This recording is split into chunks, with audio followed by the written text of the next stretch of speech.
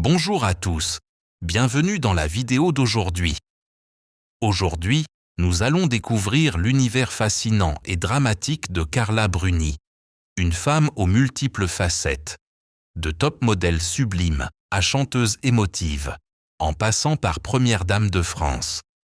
Sa vie est une histoire de beauté, de talent, d'amour et de profonde douleur qu'elle a toujours su garder secrète. Si vous aimez les voyages inspirants et souhaitez explorer les recoins cachés derrière son halo, abonnez-vous à la chaîne pour ne rien manquer. Carla Gilberta Bruni Tedeschi est née le 23 décembre 1967 à Turin, en Italie, dans une famille aisée de la haute société. Son père, Alberto Bruni Tedeschi, était compositeur classique et propriétaire d'une entreprise de fabrication de pneus, tandis que sa mère, Marisa Borini, était une pianiste talentueuse. La famille Bruni vivait dans un château historique, en périphérie de Turin, où Carla a grandi entourée d'art et de luxe. Cependant, à l'âge de 7 ans, la famille déménage en France pour échapper à une vague d'enlèvements et de violences perpétrées par le groupe terroriste des Brigades Rouges, qui visait les familles italiennes fortunées. Ce déménagement marque un tournant majeur dans la vie de Carla. Elle doit s'adapter à un nouvel environnement, apprendre une nouvelle langue et affronter le sentiment d'être perdue dans une société étrangère. Malgré son enfance luxueuse, la vie de Carla n'est pas exempte de chagrin. L'un de ses plus grands chagrins survient en 2008, lorsqu'elle découvre la vérité sur son père biologique. Pendant des années, Carla croit qu'Alberto Bruni Tedeschi est son père biologique. Mais sa mère révèle que son véritable père est Maurizio Remert, un homme d'affaires italo-brésilien avec qui elle a eu une liaison pendant son mariage. Cette révélation est un choc, bouleversant le sentiment d'identité et d'origine de Carla. Elle confie un jour, lors d'une interview avec Vanity Fair, que cette découverte lui donne l'impression d'être coupée d'une partie d'elle-même, comme si elle devait se redéfinir de zéro. Néanmoins, Carla chercha à renouer avec son père biologique, Remert, et l'invita à assister à son mariage avec Nicolas Sarkozy, afin de combler le vide qui la rongeait. Une autre souffrance dans la vie de Carla fut sa relation compliquée avec son ex-amant, Raphaël Enthoven, philosophe français. Carla et Raphaël eurent un fils, Aurélien, né en 2001. Leur relation débuta dans des circonstances controversées, lorsque Raphaël quitta sa femme, Justine Lévy, pour Carla. Le livre de Justine, Rien de grave, dépeint Carla comme une Paula, charmante mais impitoyable, ce qui fit d'elle la cible de critiques publiques. Leur relation prit fin en 2007, lorsque Raphaël eut le sentiment qu'ils n'étaient au plus que des amis, laissant Carla vide et vaincue.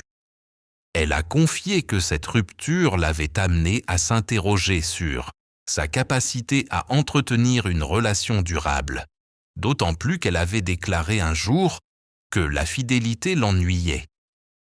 Le coup dur suivant est venu lorsque Carla est devenue première dame de France, un rôle à la fois source de gloire et de pression. Sous la présidence de Nicolas Sarkozy, de 2007 à 2012, Carla a dû faire face à des critiques incessantes de la part du public et des médias. De nombreux Français la considéraient comme une étrangère à la mode, inadaptée au rôle de première dame, la comparant à Marie-Antoinette en raison de son extravagance et de ses origines italiennes. Les rumeurs d'une liaison entre elle et Sarkozy, combinées à la pression des scandales politiques de son mari, ont plongé Carla dans un univers de suspicion et de jugement. Elle a un jour confié au Guardian qu'elle se sentait projetée dans une arène où chacun de ses faits et gestes était analysé et critiqué. La vie personnelle de Carla a également été affectée par des problèmes de santé familiaux. En 2011, alors qu'elle était enceinte de sa fille Giulia avec Nicolas Sarkozy, sa grossesse a été difficile. Elle a déclaré se sentir épuisée, s'évanouir fréquemment et présenter des symptômes inhabituels, tels que des envies de sucre et un essoufflement. Au début, elle a craint une maladie grave, allant même jusqu'à subir des examens toxiques, comme des radiographies, avant de découvrir sa grossesse. Cette expérience l'a constamment inquiète pour la santé de sa fille. Et bien que Giulia soit née en bonne santé, les souvenirs de ces mois d'incertitude la hantaient. Ces traumatismes, de la perte de son identité aux relations brisées, en passant par les pressions liées à son rôle public, ont façonné une Carla Bruni à la fois forte et vulnérable, cherchant toujours à dissimuler ses profondes blessures derrière le sourire et le charme. Carla Bruni a débuté sa carrière de mannequin à la fin des années 1980, abandonnant la Sorbonne à 19 ans pour se consacrer à la mode. Avec sa peau lisse, sa silhouette élancée et ses yeux de chat envoûtants, Carla est rapidement devenue l'un des mannequins les plus en vue au monde. Elle a défilé pour des maisons prestigieuses comme Chanel, Versace et Christian Dior, et est devenue l'égérie de grandes marques comme Bulgari. Dans les années 1990, elle était l'un des mannequins les mieux payés, avec un revenu annuel de plusieurs millions de dollars. Ce succès lui a non seulement apporté la richesse, mais l'a également propulsée au sein de l'élite internationale, où elle a côtoyé de grands noms comme Mick Jagger, Eric Clapton et Donald Trump. Cependant, Carla a confié que le monde de la mode, bien que glamour, peut être stressant et solitaire. Elle a souvent dû faire face à une concurrence féroce et à un regard scrutateur, ce qui l'a parfois fait pleurer dans les cabines d'essayage après les défilés. En 1997, alors que sa carrière de mannequin commençait à ralentir, Carla décida de se tourner vers la musique, une passion nourrie depuis l'enfance, grâce à l'influence de ses parents. Elle commença à écrire des chansons pour le chanteur Julien Clerc, dont plusieurs titres de son album « Si j'étais elle » 2000 portèrent à sa marque. En 2002, elle sortit son premier album. Quelqu'un m'a dit, une œuvre pop-folk aux mélodies douces et aux paroles profondes. L'album connut un succès surprise, restant dans le top 10 des charts français pendant 34 semaines et se vendant à plus de 2 millions d'exemplaires dans le monde. En 2004, Carla remporta la victoire de la musique de l'artiste féminine de l'année, marquant ainsi une transition réussie des podiums à la scène musicale. Les albums suivants, comme No Promises 2004 et Comme si de rien n'était 2008, ont consolidé sa réputation, avec des chansons comme Raphaël et Un garçon triste, inspirées d'expériences émotionnelles personnelles, notamment de ses relations avec Raphaël Enthoven et Nicolas Sarkozy. Cependant, la carrière musicale de Carla n'a pas toujours été un long fleuve tranquille. No Promises 2004, dans lequel elle expérimente la mise en musique de poèmes de poètes célèbres tels que W.B. Yeats et Emily Dickinson, a reçu des critiques mitigées. Nombre d'entre eux ont estimé que l'album manquait de cohérence et ne parvenait pas à recréer le charme de Quelqu'un m'a dit. Cet échec a laissé Carla dans un état de doute, et elle a admis dans une interview au Télégraphe avoir beaucoup pleuré en lisant des critiques négatives, ayant le sentiment de ne pas avoir réussi à transmettre ses émotions à travers sa musique. Pourtant, elle n'a pas abandonné. Elle a continué à collaborer avec des producteurs talentueux comme Albin de la Simone et a sorti des albums comme French Touch 1717 et Carla Bruni 2020, où elle a démontré sa maturité stylistique et musicale. Son rôle de première dame de 2008 à 2012 a marqué un nouveau chapitre dans la carrière de Carla, mais aussi un défi. Elle est activement impliquée dans des œuvres caritatives, notamment en tant qu'ambassadrice mondiale du Fonds mondial de lutte contre le sida, la tuberculose et le paludisme. Elle s'est rendue au Burkina Faso et au Bénin pour sensibiliser le public aux enjeux de santé publique et a fondé en 2009 la Fondation Carla Bruni Sarkozy pour soutenir l'éducation et la culture. Cependant, ce rôle a également connu des revers. De nombreux Français l'ont critiqué pour son passé de top modèle et son train de vie fastueux, la jugeant insuffisamment mature pour assumer le rôle de première dame. Certaines des politiques qu'elle a soutenues, comme les lois anti-piratage, ont été jugées inefficaces et préjudiciables à son image. Ces pressions ont parfois conduit Carla à retenir ses larmes lors d'événements publics, comme elle l'a révélé dans une interview à Vogue lorsqu'elle se sentait incomprise et isolée. En 2024, la carrière de Carla a été assombrie par un scandale judiciaire. Elle a été accusée de subornation de témoins dans une affaire impliquant des allégations selon lesquelles Nicolas Sarkozy aurait financé illégalement sa campagne électorale de 2007 depuis la Libye. Bien qu'elle ait été libérée sous caution, elle a été placée sous contrôle judiciaire et interdite de contact avec toute personne impliquée dans l'affaire, à l'exception de son mari. Cette affaire a porté un coup dur à l'image de Carla, qui a essuyé de vives critiques de la part du public et des médias.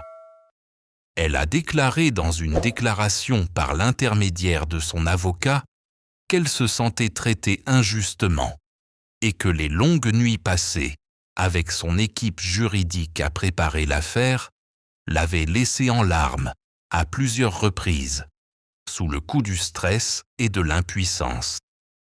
Carla Bruni a rencontré Nicolas Sarkozy, alors président de la République française nouvellement élu, lors d'un dîner en novembre 2007, quelques mois seulement après son divorce avec sa seconde épouse, Cécilia. Cette rencontre, organisée par un ami commun, Jacques Séguéla, a marqué un tournant dans la vie de Carla. Elle a raconté dans une interview au Guardian que ce fut un coup de foudre. À la fin de la soirée, Sarkozy lui a proposé de la raccompagner chez lui. Mais au lieu de l'inviter à prendre un café, elle a seulement reçu la promesse de le rappeler. Lorsqu'elle a appelé Séguéla 5 minutes plus tard pour se plaindre de l'absence de Sarkozy, il a ri et lui a dit qu'ils avaient rompu quelques minutes auparavant. 3 mois plus tard, le 2 février 2008, Carla et Sarkozy se sont mariés à l'Élysée, lors d'une cérémonie privée mais pleine de sens. Il s'agissait du premier mariage de Carla, qui a renoncé à sa nationalité italienne pour la nationalité française en décembre 2008, une décision qu'elle a qualifiée de sacrifice d'amour. Carla a souvent évoqué son amour profond pour Sarkozy. Dans une interview accordée au Télégraphe en 2017, elle a déclaré que Sarkozy l'avait fait se sentir comme une jeune mariée, lorsqu'il avait demandé la permission à sa mère 2 jours seulement après leur première rencontre. Elle l'a décrit comme un homme énergique et intelligent, doté de 5 ou 6 cerveaux, qui réservait toujours des surprises à leur mariage.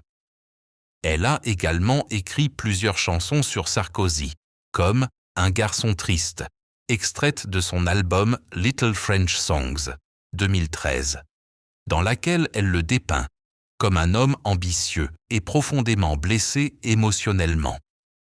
Cependant, Carla a également admis que leur mariage n'avait pas toujours été parfait. Dans son livre « Carla et les ambitieuses », elle aurait collaboré avec les auteurs pour raconter comment elle avait utilisé ses contacts dans les services de renseignement pour enquêter sur des rumeurs de liaison, signes de suspicion et de pression au sein du couple. L'un des moments les plus déchirants révélés par Carla concernait la santé de Nicolas Sarkozy. Bien qu'aucune information officielle n'ait été donnée sur une maladie spécifique, Carla a laissé entendre dans une interview accordée à Vogue en 2024 que Sarkozy souffrait de problèmes de santé mentale depuis son départ de la présidence en 2012. Elle a expliqué qu'il souffrait de dépression sévère, notamment lors de poursuites judiciaires liées à des financements illégaux et à la corruption. Carla a déclaré avoir beaucoup pleuré en voyant son mari, toujours plein d'énergie, devenir silencieux et distant pendant ces jours sombres. Elle a décrit le fait de le voir lutter contre le sentiment d'échec et la pression publique comme se voir arracher un morceau de son cœur. Bien qu'aucune maladie spécifique n'ait été diagnostiquée chez Sarkozy, le stress mental a eu un impact profond sur eux deux, obligeant Carla à redoubler d'efforts pour préserver l'unité de la famille. La relation entre Carla Bruni et Nicolas Sarkozy est l'une des histoires d'amour les plus célèbres de la politique et du divertissement. Depuis leur rencontre décisive en 2007, les deux hommes sont rapidement devenus le centre de l'attention des médias internationaux. Carla a déclaré dans une interview accordée au Daily Mail en 2020 que le secret de leur mariage durable résidait dans la chance et le respect mutuel. Elle a décrit Sarkozy comme un homme qui ne cessait de la surprendre, de l'apprentissage de l'anglais à 62 ans, pour communiquer avec le monde à ses 80 km à vélo pour se défouler.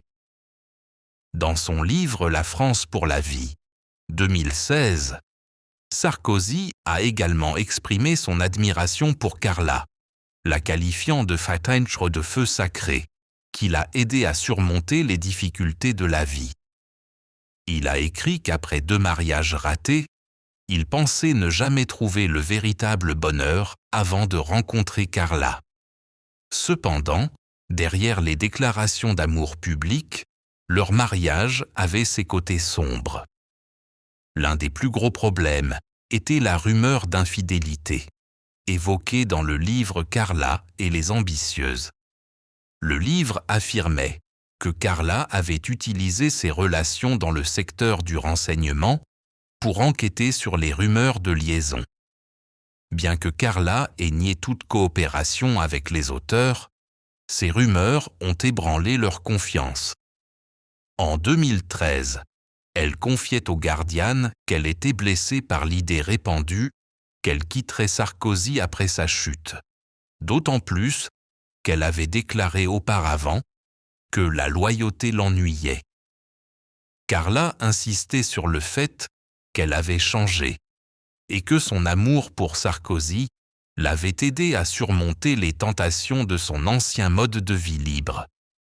Sarkozy, quant à lui, a dû faire face à des pressions liées à son passé. Il a écrit dans La France pour la vie qu'il aspirait à une famille nombreuse et stable, ce qu'il n'avait pas eu enfant, en raison du divorce de ses parents. Cela l'a rendu obsédé par la protection de sa famille actuelle, mais a également créé des tensions, alors qu'il tente de concilier sa vie personnelle et ses affaires judiciaires. Carla a révélé que Sarkozy se montre parfois distant face à la pression et qu'elle a dû apprendre à être patiente pour le reconquérir. Un autre point noir réside dans leur divergence d'opinion politique. Carla, issue d'une famille de gauche, a déclaré un jour qu'elle aurait voté pour Ségolène Royal aux élections de 2007 si elle avait eu la nationalité française. Cependant, après son mariage, elle s'est déclarée sarkozyste fanatique, un changement qui a conduit beaucoup à douter de sa sincérité. Malgré leurs difficultés, Carla et Sarkozy ont conservé une relation solide. On les a régulièrement vus ensemble lors d'événements allant de la Mostra de Venise 2023 à des soirées caritatives. Carla affirme n'avoir jamais envisagé le divorce, ses origines italiennes la laissant persuader que le mariage est un engagement à vie. Cependant, elle admet que la vie conjugale n'a pas toujours été romantique et que la pression des procès de Sarkozy, notamment celui de la Libye en 2024, les a confrontés à des défis plus grands que jamais.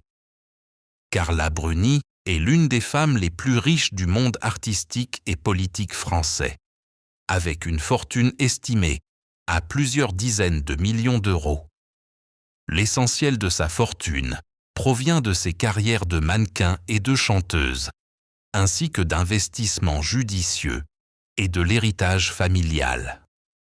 Dans les années 1990, alors qu'elle était l'un des top modèles les plus en vue au monde, Carla gagnait des millions de dollars par an grâce à des contrats avec des marques telles que Chanel, Versace et Bulgari. Son album « Quelqu'un m'a dit » 2002 et les albums suivants ont connu un immense succès, avec plus de 2 millions d'exemplaires vendus dans le monde. Elle a également perçu des royalties sur des chansons qu'elle a écrites pour Julien Clerc et d'autres projets musicaux. Carla possède également des biens immobiliers de grande valeur. Elle et Sarkozy vivent dans une luxueuse villa du 16e arrondissement de Paris, l'un des quartiers les plus chers de la capitale. La villa, propriété de Carla, est estimée à environ 10 millions d'euros et son intérieur est décoré d'œuvres d'art et de meubles haut de gamme. En 2020, Carla et Sarkozy, avec leurs associés, ont acquis le château d'Estoublon, un château provençal du XVIIIe siècle, produisant des vins rosés haut de gamme. Le château, avec ses 300 hectares de vignes et ses roseraies, est estimé à environ 21 millions d'euros. Le projet viticole Rose Blood d'Estoublon, qui sera lancé aux États-Unis en 2024, a fourni une nouvelle source de revenus à Carla, chaque bouteille se vendant entre 50 et 100 $. Par ailleurs, Carla a hérité d'une partie de la famille Bruni Tedeschi, l'une des familles industrielles les plus riches d'Italie. Son père, Alberto, a laissé derrière lui un héritage immobilier et boursier estimé à plusieurs dizaines de millions d'euros. Elle possède également une collection de bijoux et de sacs à main de créateurs de marques telles qu'Hermès et Dior, valant des millions de dollars. Sarkozy, quant à lui, déclarait un patrimoine net d'environ 2 millions d'euros en 2008, provenant principalement de ses assurances-vie et de ses retraites de maire et de président. Cependant, il est considéré comme moins riche que la fortune de Carla, et ils ont souvent choisi de vivre dans ses propriétés plutôt qu'à l'Élysée pendant son mandat.